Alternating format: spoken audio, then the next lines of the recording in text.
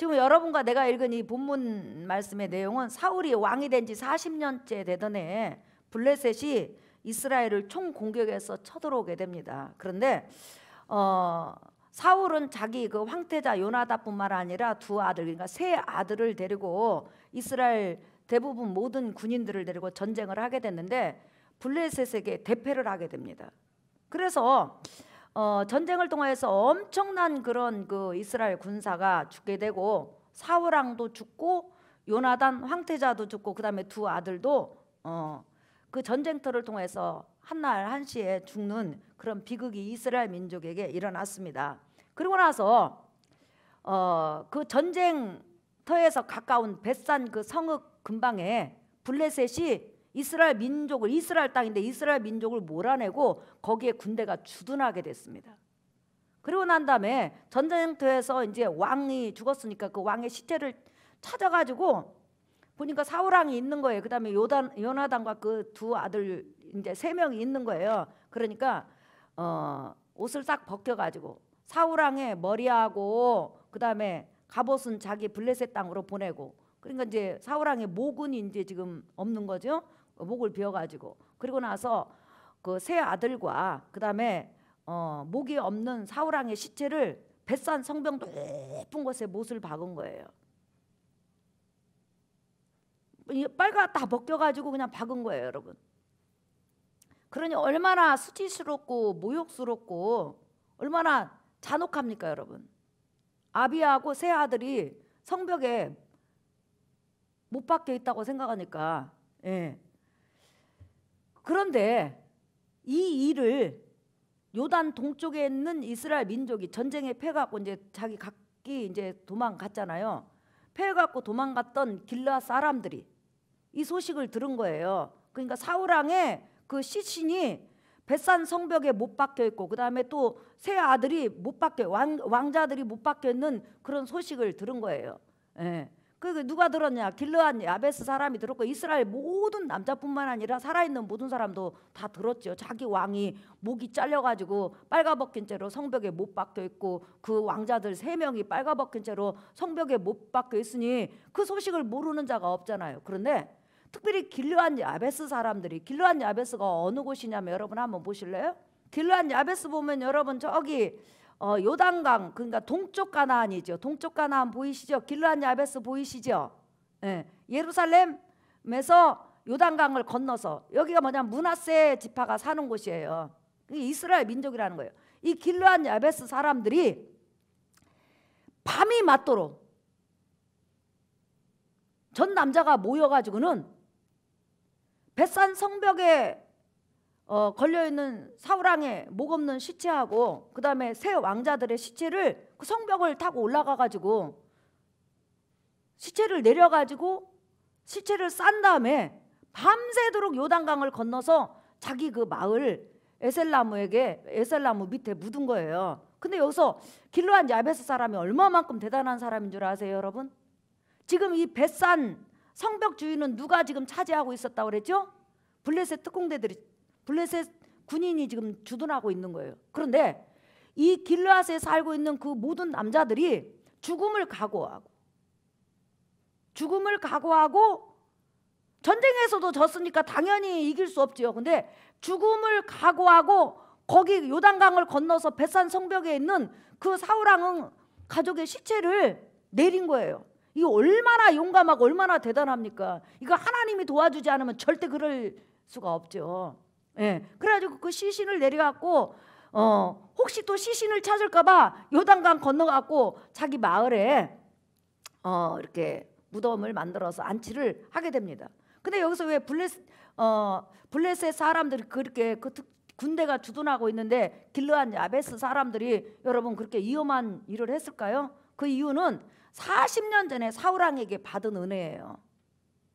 이 길르앗 야베스 땅에 암몬이 쳐들어온 거예요. 그래가지고 암몬이 쳐들어왔고 나는 너희의 모든 눈을 다 빼고 너희를 죽일 것이다 이렇게 했는데 아무도 자기들을 구원해 줄 수가 없는 거예요. 그때는 왕이 없을 때니까 이스라엘 각 지파들이 나는 몰라, 네가 죽든지 말든지 난 몰라, 이렇게 된 거예요.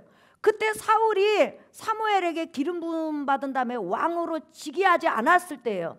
그런데 갑자기 속아지고 밭을 갈고 돌아오는데 길르앗 야베스 장로들이 와가지고 울면서 우리는 죽게 됐습니다. 이제 우리는 죽게 됐습니다. 암몬 사람한테 죽게 됐습니다.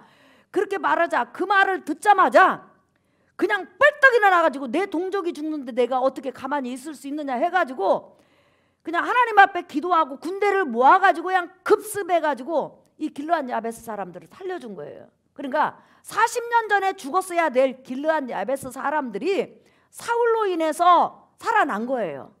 그러자 그들은 40년 동안 그 은혜를 간직하면서 살아간 거예요. 그러니까 40년 만에 지금 은혜를 갚을 일이 있으니까 이제 갚은 거예요. 그러니까 은혜를 받은 사람이 40년간 그 은혜를 간직한다는 것이 보통 일이 아니죠. 여러분은 예수 믿은 지 몇 년 됐나요? 우리 선교사님 몇 년 됐어요? 우리 장로님은 몇 년 됐나요? 어떤 사람은 50년, 40년, 30년, 20년, 10년 됐을 거예요. 그러면 40년 전에 여러분은 지옥 갈 영혼이었다는 거예요.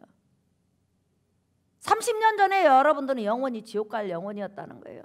여러분 10년 전에 여러분은 지옥 갈 영혼이었다는 거예요. 그러나 하나님의 긍휼과 예수 그리스도로 말미암아 하나님께서 여러분을 살려주시고 이렇게 하나님 백성 되게 하셔서 지금 이곳까지 에베네셀로 역사하심을 여러분 믿으시면 아멘 하십시다.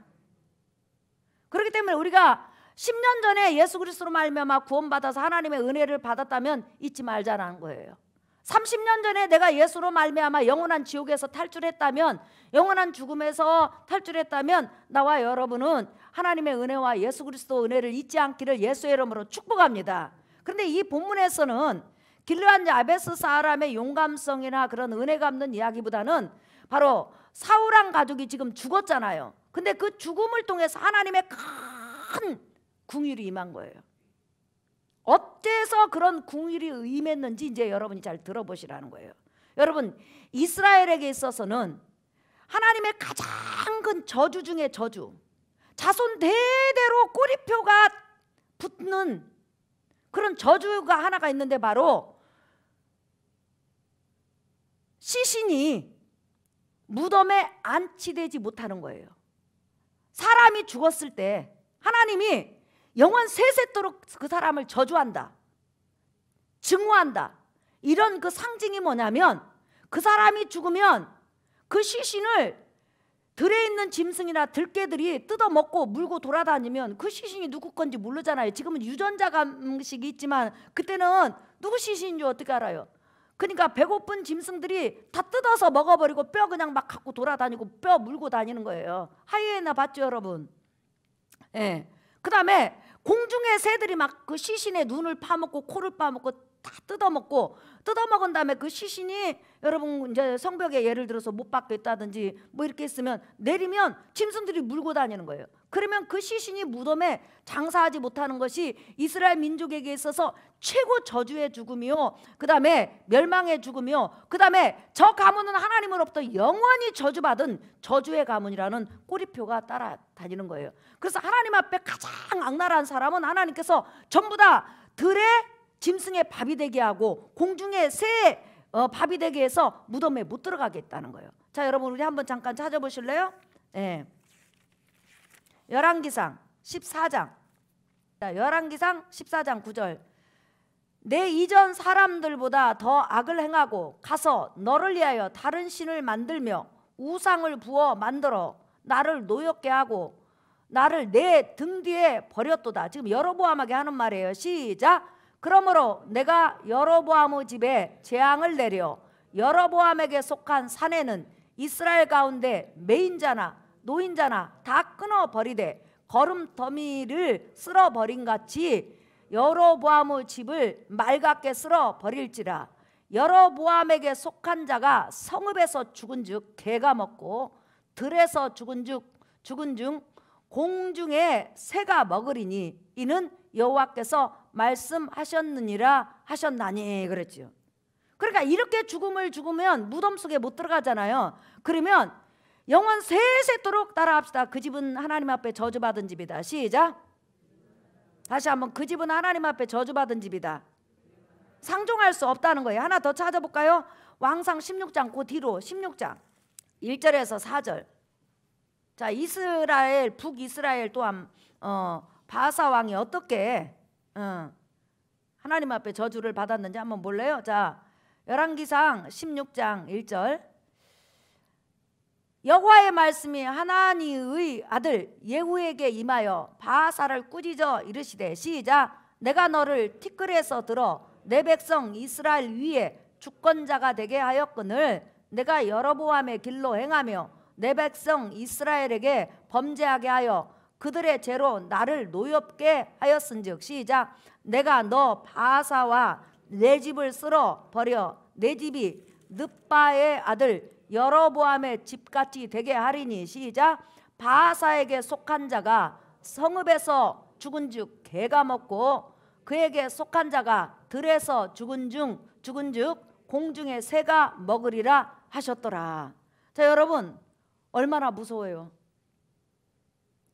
그런데 지금 이런 죽음을 당하기 직전에 있는 사람이 누구죠, 여러분? 사울왕과 요나단, 그 다음에 그 아들들이잖아요. 그런데 하나님께서 길르앗 야베스라는 그 용감한 남자들을 보내가지고 새가 눈을 파먹기 전에 그 시신이 완전히 모욕과 조롱을 당하기 전에 하나님께서 그 시신을 성벽에서 내려다가 땅에다 장사하게 한 거예요. 그리고 나서 나중에 여러분 다윗이 사무엘하 21장에 보면 바로 사울왕 가문의 무덤에 그 시신들을 다시 안치시켜줘요.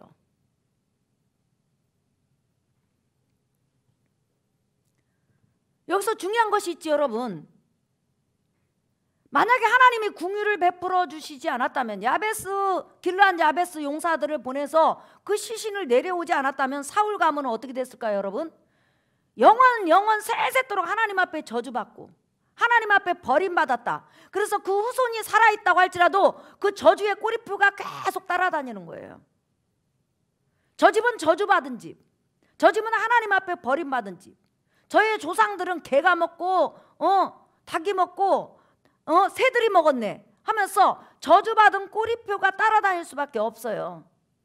그런데 그들은 전쟁에서 죽었지만, 사울왕은 목이 잘려서 죽었지만 하나님께서 그 죽음을 영원히 저주로 몰아가지 않고 죽는 것으로 끝나고 그에게 궁유를 베풀어 주신 것을 우리가 알 수 있습니다. 다시 말하면 그 가문에 저주의 꼬리표가 따라다니지 않도록 하나님께서 그 저주를 거두신 것을 우리가 알 수 있어요. 그러면 하나님은 왜 이런 궁유를 베푸셨을까요, 여러분? 사울왕이 점쟁이를 찾아가고 사울왕이 제사장들을 죽이고 사울왕이 나중에 왕이 되니까 하나님의 뜻대로 정치를 안 했잖아요. 근데 하나님은 왜 이렇게 사울왕에게 여러분 궁유를 베풀어 주셨을까요? 그 이유는 딱 하나예요. 바로 사울왕에게는 여러 아들이 있는데 요나단이라는 황태자가 있어요. 여러분 다윗을 사랑했던 요나단 알죠? 여러분 알죠? 알면 고개 한번 끄덕여 봐요. 알죠? 그 요나단이 어느 날 하나님의 선지자 사무엘을 통해서 자기가 아버지 왕위를 이을 줄 알고 황태자가 됐는데 갑자기 하나님께서 자기는 왕위를 이어받지 못하고 다윗에게 주시리라는 그 음성을 알게 돼요. 그럼 보통 사람 같으면 사울왕처럼 자기 아버지처럼 다윗을 죽이고 자기가 왕이 되려고 할 거 아니에요. 그런데 요나단은 성령 충만한 사람이고 하나님의 뜻을 존중하는 사람이기 때문에, 그리고 하나님의 뜻대로 하나님이 하신다는 거 알아요. 하나님을 인간이 이길 수 없다는 거 알아요. 그러니까 요나단이 자기 자신을 전부 다 내려놓고 다윗이 그렇게 자기 아버지 사울로부터 쫓기고 고난을 당하고 핍박을 당할 때 자기 목숨보다도 더 소중히 보호해주고 아껴주고 사랑해주고 그 다음에 그가 먹고 살아갈 수 있도록 그 물질들을 대주는 그런 위대한 일을 했어요. 그뿐만 아니라 아버지는 성령 충만으로 시작해서 타락으로 끝났는데 이 아들은 성령 충만으로 시작해서 성령 충만으로 갔다는 거예요. 근데 하나님께서 요나단이 살아있으면 이스라엘 백성이 하나님의 뜻을 다 따르지 아니하고 다윗을 다 따르지 않으니까 요나단의 사명은 이만큼이다 해갖고 전쟁에서 죽게 한 거죠. 그러니까 꼭 죽음이 저주만은 아니에요. 예. 그런데 하나님이 요나단이 살아있을 때 하나님을 향해 한 그 선한 일들, 하나님을 사랑했던 일들, 하나님이 세운 자를 그 사랑하고 존경하고 그 목숨에서 구했던 그 모든 일을 기억하여서 요나단으로 인하여서 하나님께서 사울 가문에 기적과 능력과 은혜를 베푼 거예요. 그러니까 여러분, 아비를 통해서 자식들이 축복을 받는 경우도 많이 있어요. 그러나 자식을 통해서 이 가정은 바로 하나님의 축복의 가문으로 변하는 놀라운 역사가 일어났다는 거예요. 그러니까 우리가 신앙생활할 때 부모면 자식을 위해서 더 신앙생활 잘해야 되고, 자식은 정말 내가 신앙생활 잘하면 내 부모도 내 형제도 하나님이 축복하신다는 걸 믿기를 예수의 이름으로 축복합니다. 그래서 하나님께서는 사울왕이 여러 아들을 낳았지만은, 특별히 요나단은 전쟁에 죽었지만 그 자손들이 무지무지하게 잘 되게 하셨어요. 왜? 아버지가 살아있을 때 하나님을 향한 그 선한 일들을 했다는 거예요. 아름다운 일을 했다는 거예요. 하나님을 섬겼다는 거예요. 그러자 하나님께서는 요나단의 자식들에게 얼마나 복을 줬는지, 사울왕의 다른 자식들은 하나님께서 이름만 써놨지 그 가문에 대해서 이야기하지 않아요. 그런데 요나단 가문만 2번이나 연거푸 강조를 해요. 자, 여러분 우리 한번 찾아보실까요? 자, 역대상 8장 볼게요. 33절. 넬은 기스를 낳고 기스는 사울을 낳고 사울은 요나단과 말기수아와 아비나답과 에스바알을 낳았으며, 에스바알이 누구냐면 이제 에스바알을 낳았으며, 시작. 요나단의 아들은 무라바알이라. 무라바알은 미가를 낳았고, 여기서 여러분 무라바알이 누구냐면 여러분이 잘 알고 있는 무비보셋이에요. 거기다 써놔요. 누구라고요?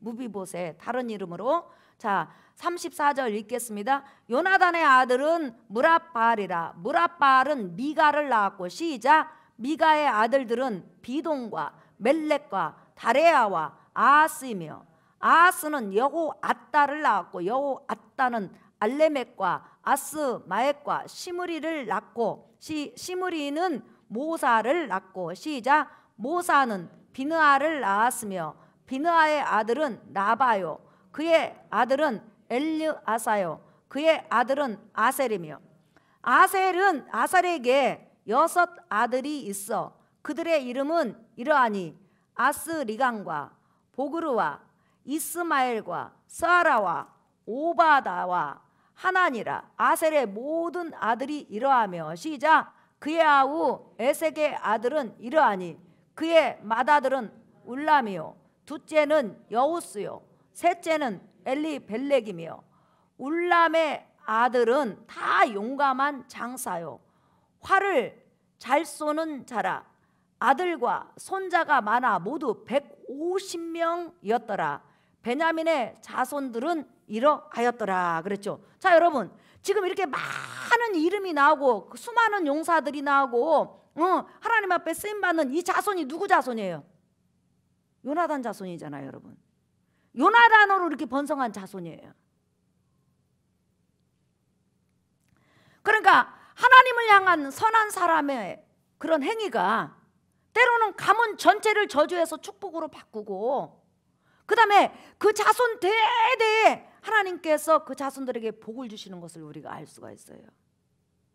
그러니까 사울 가문이 정말 사울의 행위로는 하나님 앞에 저주를 받아서 성벽에 시체가 걸려 있어야 되고, 그 다음에 새들이 쪼아 먹어야 되고, 그 뼈다귀들은 개들이 물고 다녀야 된다 말이에요. 그리고 무덤 속에 못 들어가야 된다는 거예요.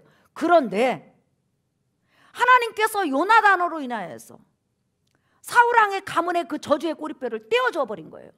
여러분으로 인해서, 여러분의 기도를 통해서 여러분 가정에 아직까지 불신의 저주가 완전히 물러가기를 예수의 이름으로 축복합니다. 여러분을 통해서 그런 축복이 임할 줄을 믿습니다.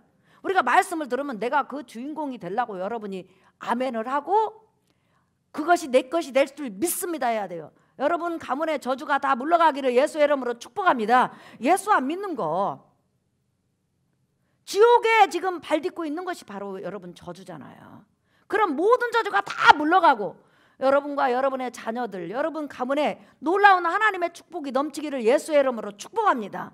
그뿐만 아니라 요나단의 그 선한 행위를 통하여서 다윗이 그 자손들을 왕자처럼 왕위에서 왕의 상에서 밥을 먹게 하는 그런 놀라운 역사를 베풀어줘요. 그뿐만 아니라 그 자손들이 살아갈 수 있도록 밭과 논과 사울왕이 가졌던 것들을 전부 다 돌려주는 기적이 일어난 걸 볼 수 있어요. 사랑하는 성도 여러분, 설교 결론이에요.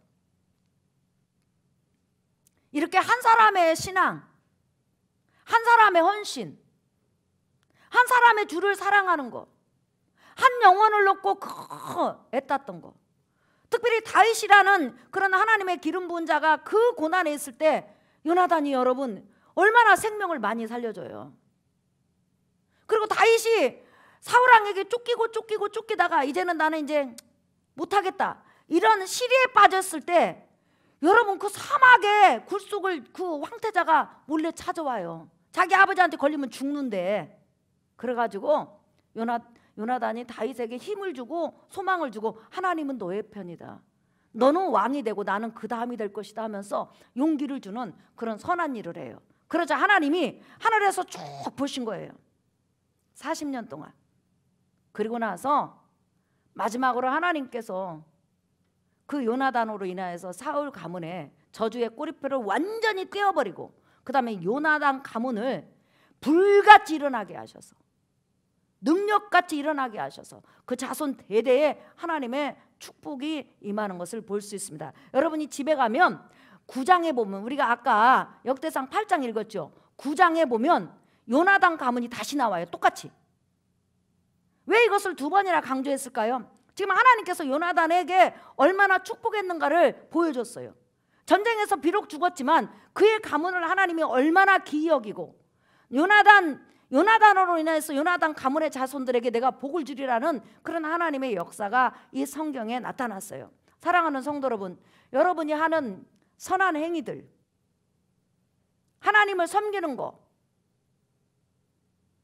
하나님 앞에 이 모든 하는 이런 행위가 하나님이 절대로 잊지 않는다는 걸 여러분 믿으시기를 예수의 이름으로 축복합니다. 지금 이 일부 예배 때 가장 연장자가 우리 김명배 안수 집사님하고 권신자 권사님이잖아요. 80이 넘으셨어요. 저는요 우리 권신자 권사님이 80이 넘으셨는데도 이 헌금위원회를 하는 거 보면 너무 존경스럽고 감사해요.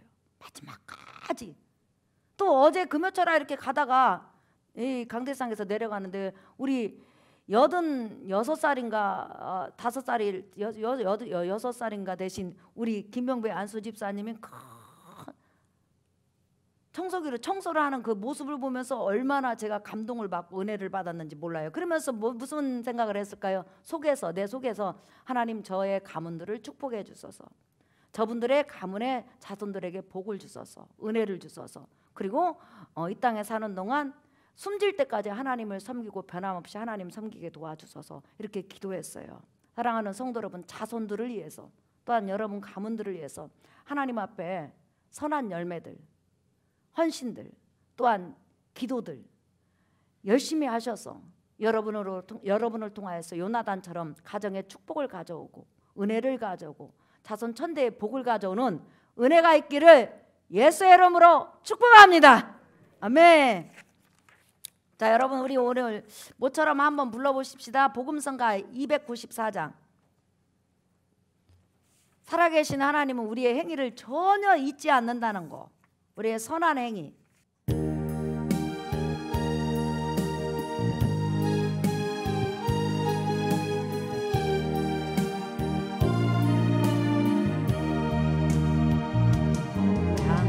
당신의 그 섬김이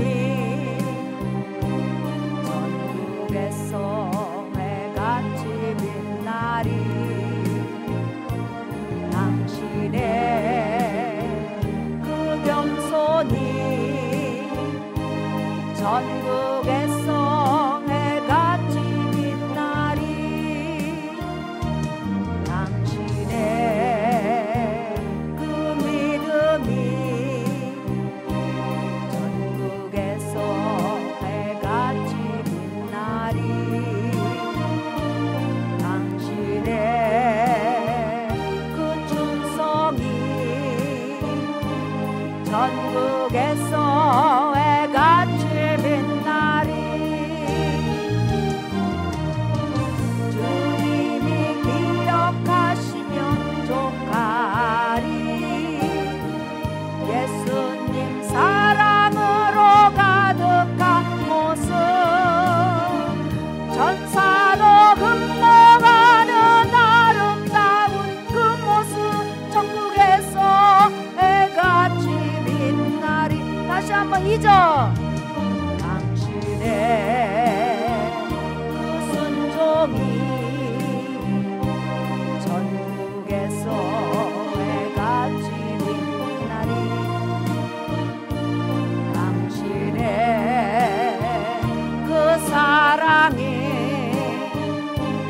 전국에서 해같이 빛나리.